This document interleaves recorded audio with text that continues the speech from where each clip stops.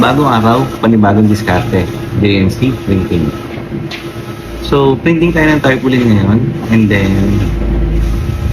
transform tayo ng blackboard to whiteboard.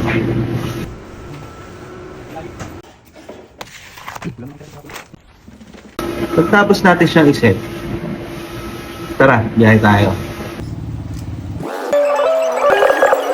So, dalawa lang naman kailangan natin sa pag-transform ng blackboard to whiteboard. Siyempre, isang malupit na installer, si Kuya Olan. At siyempre, isang mas malupit na tagahanga. Si Kuya Jay.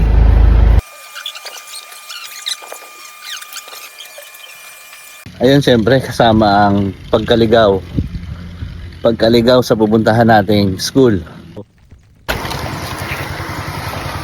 Aray. Tara, biyahe tayo.